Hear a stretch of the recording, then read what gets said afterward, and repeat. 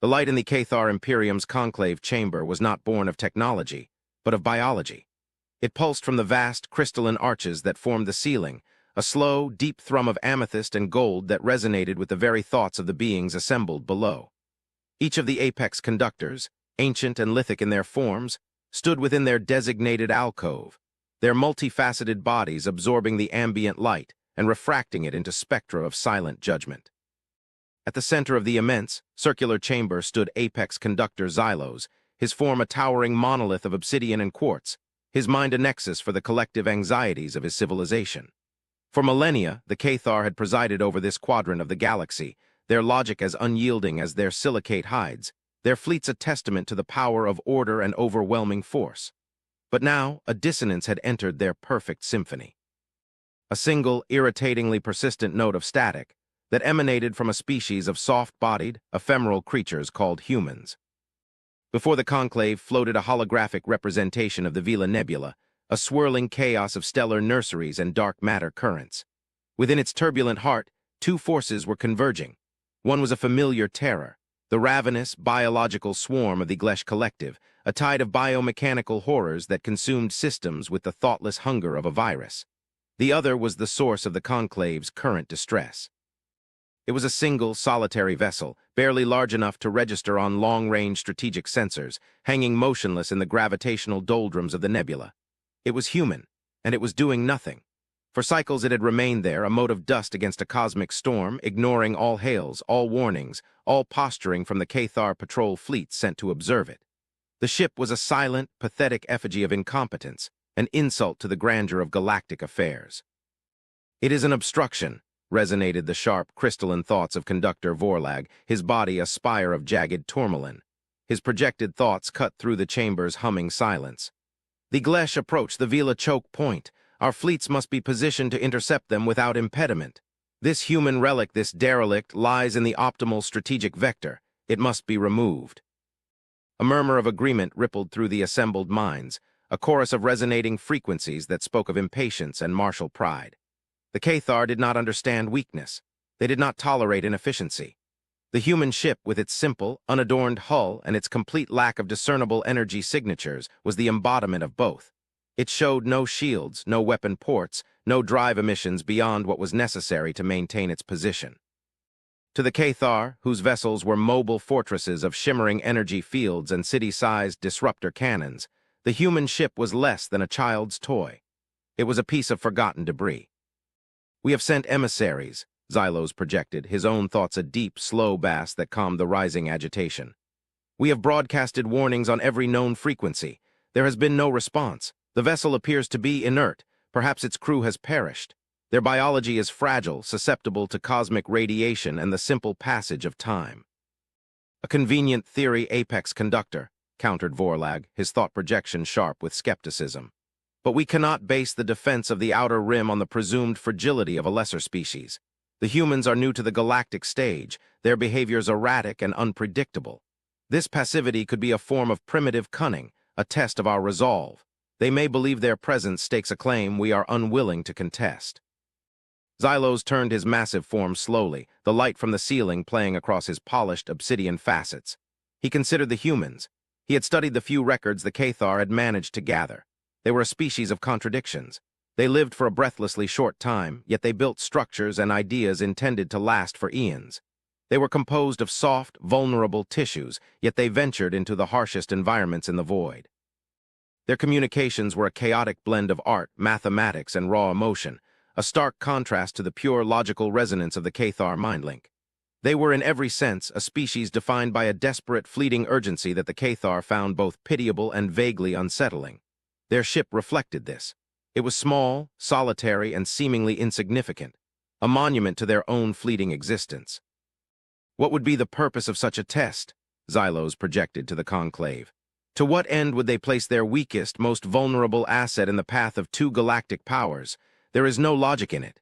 It is the action of a culture that does not comprehend the scale of the forces at play. They are like insects building a nest on the barrel of a loaded cannon. "Then we should fire the cannon," Vorlag's thought resonated, cold and final. "A single lance of coherent energy would suffice. It would be a lesson not just for the humans but for any other nascent species who mistake our patience for hesitation. The vessel is an anomaly. Anomalies must be corrected. Order must be maintained. The pressure in the chamber was immense. The Cathar were a civilization built on the bedrock of certainty. They calculated, they planned, they executed. The Glesh swarm was a known variable, a monstrous but predictable threat. The human ship was not. It was a question mark hanging in the void, and its very existence frayed the edges of their meticulously ordered reality.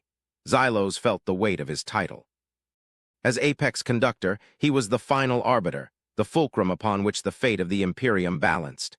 To destroy the ship was the logical, militarily sound decision. It would clear the field of battle, send a clear message, and remove an irritating variable from a complex equation. Yet a sliver of something that felt almost like intuition, a concept the Cathar had long ago dismissed as a flaw of organic reasoning, gave him pause. The ship's silence was too perfect. Its stillness was too absolute. It was not the silence of a derelict vessel drifting on cosmic currents. It was the silence of something waiting.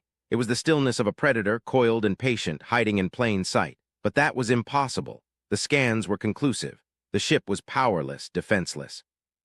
It was, by every metric the Cathar used to measure strength, the weakest ship they had ever encountered. He focused on the holographic projection.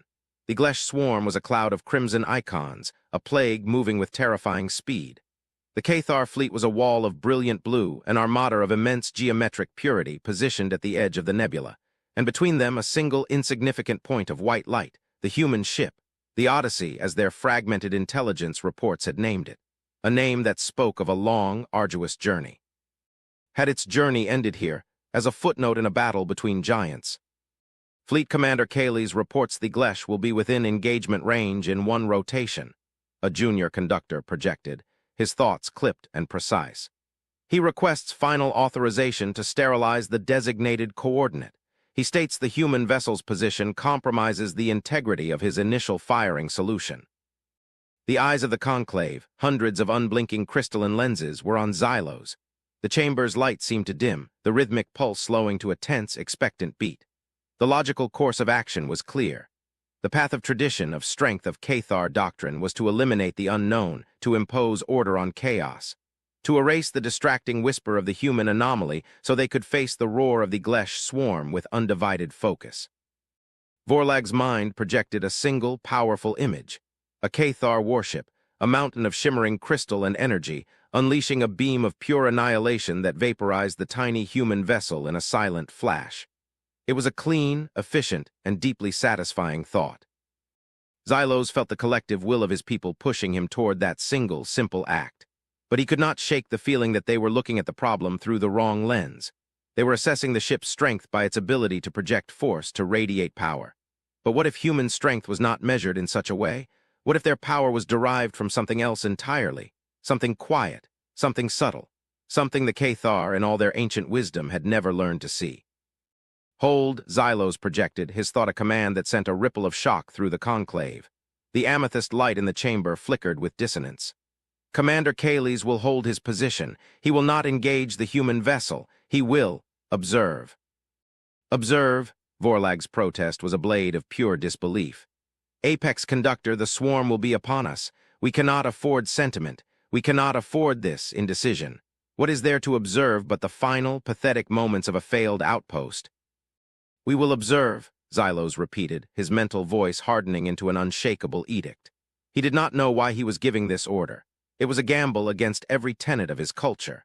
But as he stared at that single, unwavering point of light in the holographic chaos, he felt a profound and terrifying certainty that he was not looking at a tomb. He was looking at a sentinel, and he needed to know what it was watching. The silence that followed was heavier than any sound, pregnant with the unspoken fear that for the first time in 10,000 years, the Cathar Imperium was facing an unknown it could not simply obliterate. And in that silence, across the unfathomable gulf of space, the weakest ship in the galaxy continued its ill waiting. The tension within the bridge of the Cathar flagship, the immutable resolve, was a palpable force, a gravitic distortion in the otherwise perfectly ordered environment. Commander Kayles stood on the command dais, his crystalline form rigid with disciplined frustration. His mind was a storm of strategic calculations and tactical frustrations, all of them centered on the maddeningly silent human ship, that hovered on his main tactical display. It was a ghost, a phantom, registering on his sensors with just enough presence to be a physical object, but with none of the vital signs of a functioning starship. No shield resonance, no drive plume, no electronic countermeasures. It was just there, an affront to the very nature of space warfare. His fleet, a breathtaking spectacle of power, was arrayed behind him in a perfect geometric formation. Each Cathar vessel was a work of art and a weapon of cosmic devastation, their crystalline hulls refracting the nebula's light into 1,000 rainbows of latent energy. They were ready to unleash a storm of coherent gravitons and focused particle beams that could shatter a continent. And they were being held in check by the Apex Conductor's inexplicable order to wait. To observe a piece of cosmic refuse. Before them, the Glesh swarm was no longer a distant cloud of sensor contacts. It was a physical reality, a roiling organic tide that blotted out the stars. The lead vessels were monstrous things, chitinous and asymmetrical, pulsing with a sickly green bioluminescence. They moved not with the elegant precision of the Cathar, but with the twitching, frantic energy of an insect colony. Countless smaller drones swarmed around the larger biocruisers, a screen of chittering, expendable bodies. The sight was one that had broken the will of lesser civilizations. For Kayles, it was merely a problem of applied force, a problem he was being prevented from solving. The Glesh forward elements are entering extreme weapon range, his tactical officer projected, his thought pattern a model of calm precision. Their energy signatures are rising. They are preparing to engage. Maintain formation, Kayles commanded, his own thoughts tight and controlled. He focused his multifaceted eyes on the human ship again. What were they thinking? Were they even alive in that metal shell? Did they see the swarm approaching? Did they comprehend the scale of the annihilation that was about to unfold in this sector? The sheer, irrational foolishness of their position was staggering. It was like a single microbe choosing to reside on the point of impact between two colliding asteroids. Then something changed. A new energy signature, so faint it was almost lost in the background radiation of the nebula, emanated from the human vessel. It was not a weapon charging, nor a shield activating. It was a single, pure, and impossibly coherent signal. It was a communication. On the main view screen of the immutable Resolve, the image of the small, silent ship was replaced by a face. A human face. It was a female of their species, her features placid, her eyes a deep, calm gray. She was not wearing a uniform of command or a suit of armor. She was dressed in simple, unadorned fabrics. Behind her, the interior of the human ship was Spartan, softly lit, showing no signs of military readiness or alarm. There was no klaxon, no crew scrambling to battle stations. There was only stillness. "This is Ambassador Eva Rostova of the human vessel Odyssey," she said, her voice transmitted across the void.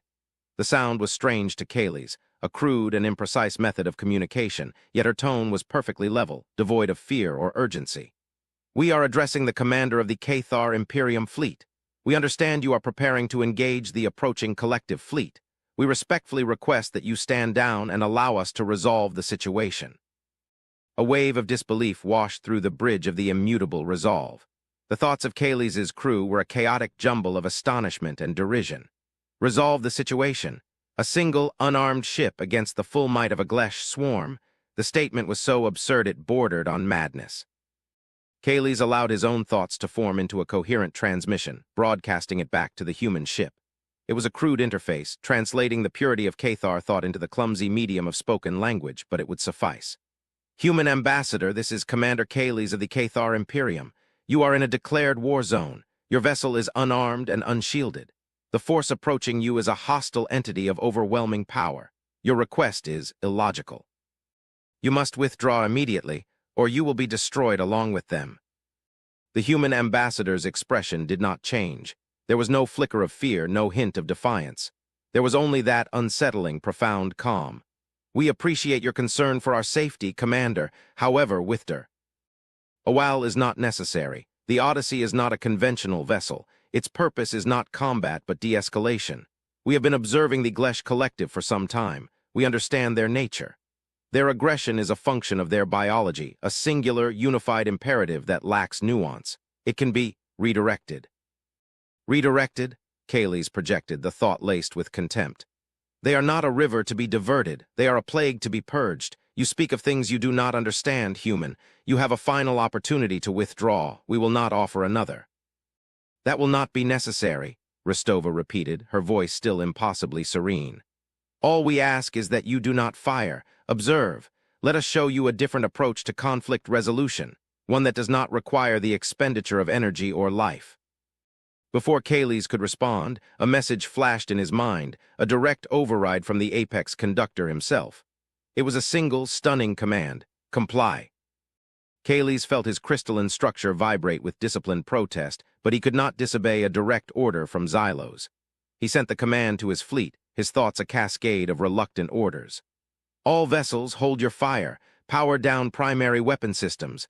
Maintain defensive shields only. We are on observation posture.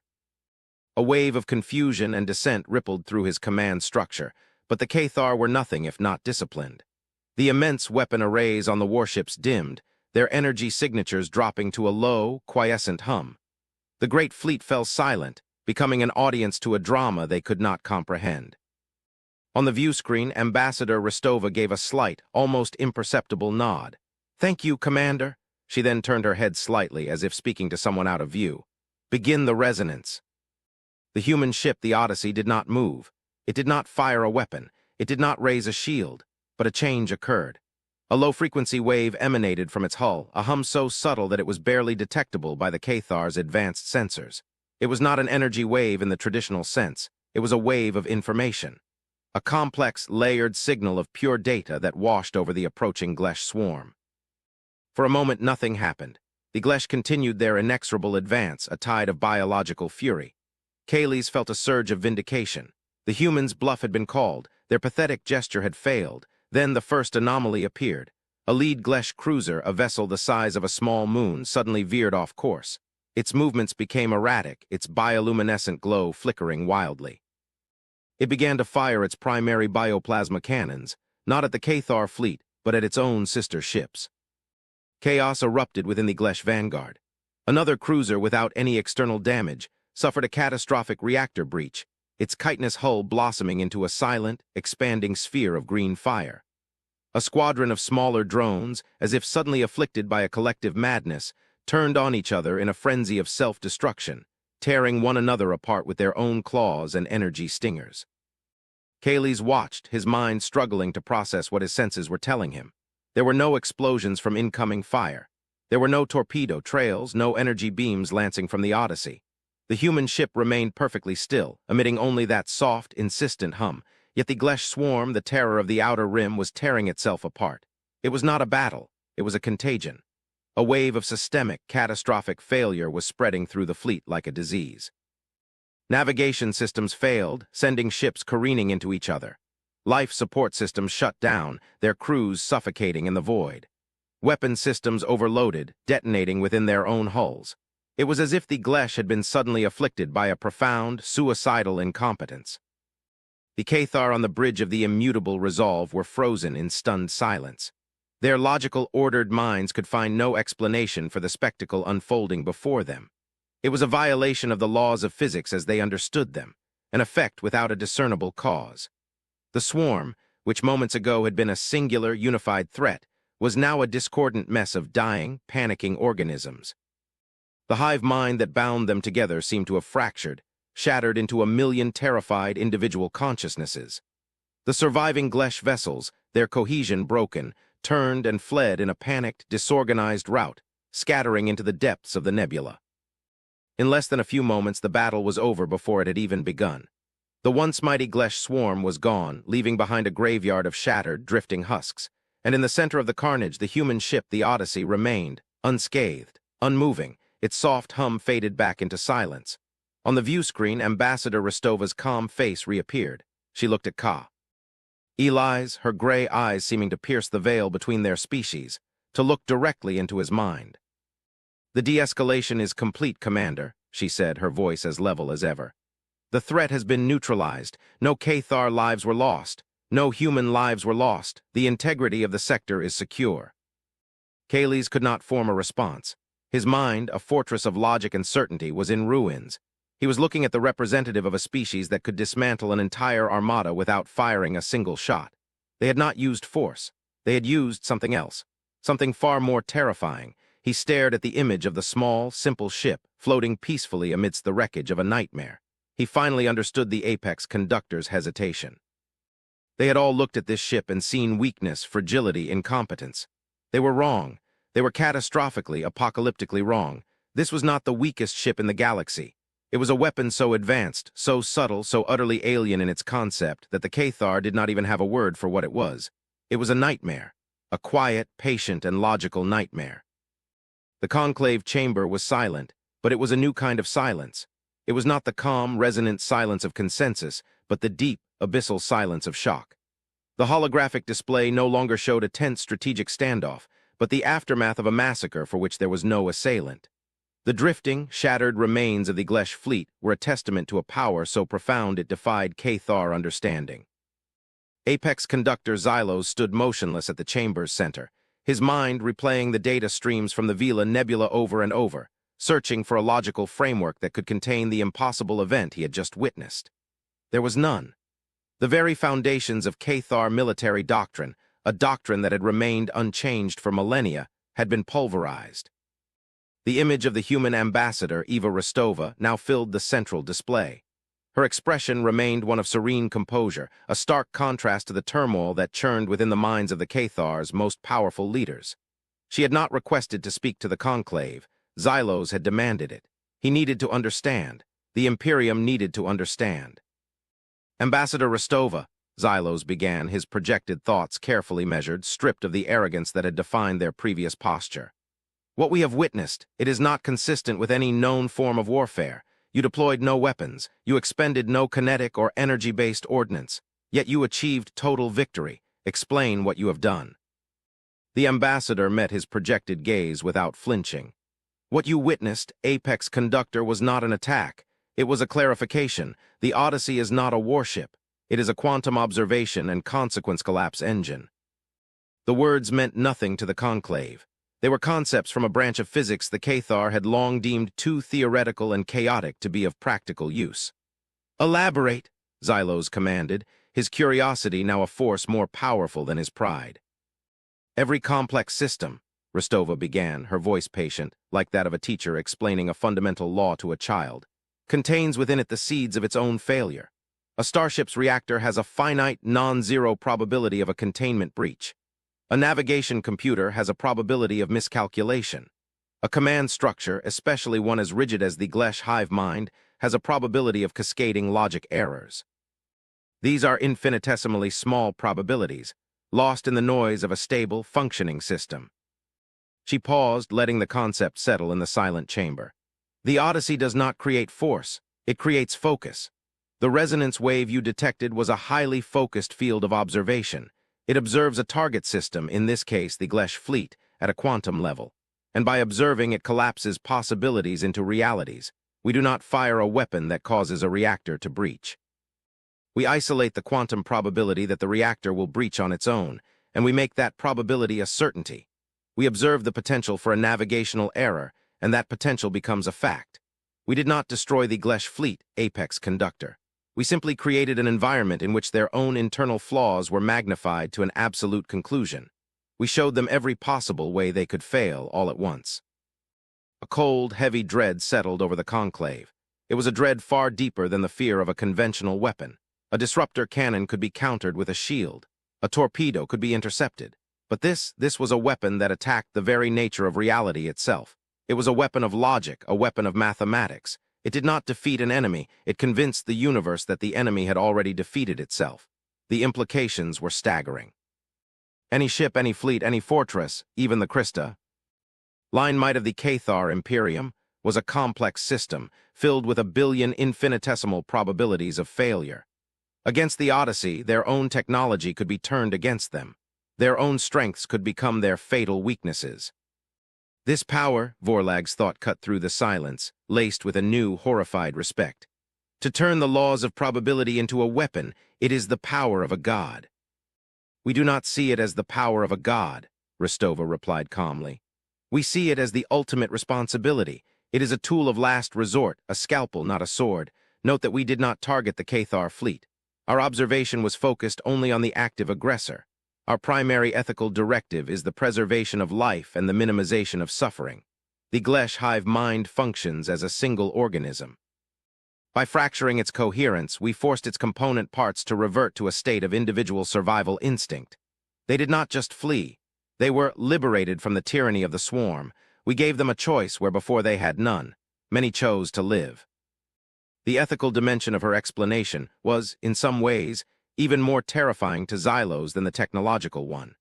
The humans had not only developed a weapon of unimaginable power, but they had wrapped it in a philosophy of restraint and ethics that was utterly alien to the Cathar's worldview of conquest and control. They possessed the power to erase civilizations from existence with a whisper, and yet they spoke of de-escalation and the preservation of life. It was a contradiction that hinted at a depth of spirit the Cathar had never conceived of. "Why reveal this to us?" Xylos projected, his mind grappling with the new reality. "Why show us your greatest strength? You could have kept this a secret. You could have held this power over us, over the entire galaxy." "Because secrecy breeds fear, and fear breeds conflict," Rostova answered simply. "And we did not build the Odyssey to fight you. We did not build it to fight the Glesh. We built it because we were listening to the silence between the stars, and we heard something that terrified us. We revealed our nature to you, Apex Conductor, because the time for secrets is over. The galaxy is facing a threat far greater than the squabbles of empires, and we cannot face it alone." She gestured, and the image behind her shifted. It was no longer the Spartan interior of her ship. It was a star chart, but one that extended far beyond the familiar spiral of their galaxy. It showed the vast, dark emptiness of the intergalactic void, and from that void a signal was depicted. It was not a communication in any recognizable form. It was a wave pattern, ancient and impossibly complex, a structure of such mathematical and philosophical depth that it made the Cathar's most advanced hyperspatial equations look like primitive scratches in the dust. "For centuries," Rostova said, her voice taking on a new gravity, "humanity has been monitoring this. We call it the Great Filter. It is not a message. We believe it is a process. A naturally occurring or perhaps artificially constructed field of cosmic influence that permeates the universe. It functions on principles similar to the Odyssey, but on a galactic scale.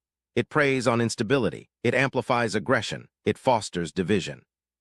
It finds the latent probability of a civilization's self-destruction and makes it a certainty." The pieces began to fall into place in Xylos's mind. The endless cycles of rising and falling empires that littered galactic history. The sudden, inexplicable collapses of once great civilizations. The Cathar had always assumed these were the natural results of weakness and flawed logic. But what if they were not? What if they had been encouraged? The Glesh, Xylos breathed the thought a dawning horror. Their mindless aggression was likely amplified by the filter, Rostova confirmed. They may have once been a rational collective intelligence, but the filter preys on such unified consciousnesses, twisting their unity into a singular, self-destructive imperative. It turns civilizations into cancers. The filter is why the galaxy is so quiet. It is a test that every species must face, whether they know it or not. A test of wisdom, unity, and restraint. Any civilization that grows too loud, too aggressive, too fragmented fails the test, and the universe erases them as a statistical anomaly. Xylos looked at the faces of the other conductors. He saw his own dawning terror reflected in their crystalline forms. All their wars, their conquests, their struggles for dominance, they had all been nothing more than noise. The kind of noise that attracted the attention of a silent, cosmic predator. Humanity's apparent weakness, their quiet expansion, their small fleets, their lack of a grand, galaxy-spanning empire, it had not been weakness at all. It had been a deliberate strategy, a strategy of survival. They had kept their heads down, they had listened, and they had prepared. "The Odyssey and its sister ships are our answer to the filter," Rostova concluded, her image returning to the forefront. "They are not weapons of war. They are anchors of reality. They are designed to create pockets of stable, rational existence, to study the filter's influence and to counteract it. We placed the Odyssey in the Vela Nebula not to stake a claim, but because that region is a focal point where the filter's influence is unusually strong. We were there to study and to contain the consequences. Your war with the Glesh was about to become one of those consequences, a fire that could have spread and attracted far more attention than either of our species could afford." The grand, vaulted chamber of the Cathar conclave now felt small, like a cage. The ancient, self-assured civilization of the Cathar, which had seen itself as the pinnacle of galactic order, was revealed to be nothing more than a child playing with fire in a forest of dry tinder. And the humans, The soft-bodied, ephemeral newcomers were the quiet, watchful adults who understood the true nature of the fire. "You are proposing an alliance," Xylos stated. It was not a question. "We are proposing a partnership for survival," Rostova corrected gently. "Your civilization has order, discipline, and a history that stretches back eons. Ours has an understanding of a different kind of power, a different kind of threat. Together, we might have a chance to not just survive the filter, but to understand it, to perhaps even transcend it.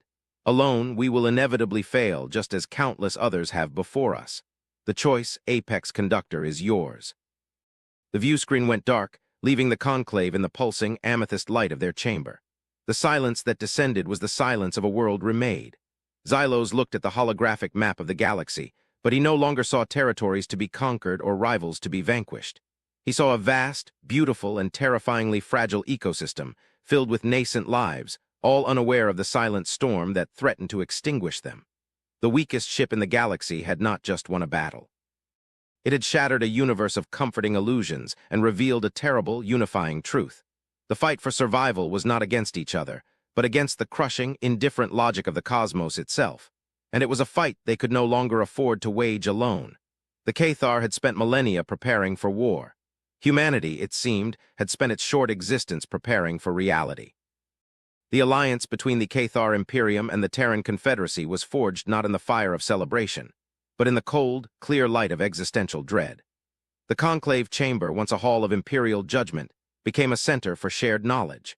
Human scientists and philosophers met with Cathar logicians and strategists, their vastly different modes of thought clashing, grinding, and ultimately fusing into something new and more powerful than either had been alone. The Cathar, with their immense industrial capacity and disciplined fleets, began retrofitting their vessels, not with more powerful weapons, but with the subtle, reality-stabilizing technology derived from the Odyssey. They were no longer building warships, they were building arcs, sanctuaries of stable causality in a hostile sea of quantum uncertainty. Apex Conductor Xylos found his own mind transformed. The rigid certainty that had defined him for centuries had given way to a profound sense of humility. He spent long periods in communication with Ambassador Rostova, delving into the depths of human philosophy. He learned of their concepts of hope, sacrifice, and irrational love, ideas that his logical mind struggled to process, but which he came to understand were the very source of their unique strength. They were a species that had looked into the abyss and, instead of recoiling in terror, had begun building a bridge. Their weakness, their emotional chaos and biological fragility, was inextricably linked to their greatest asset, an unbreakable will to endure, not through dominance, but through understanding.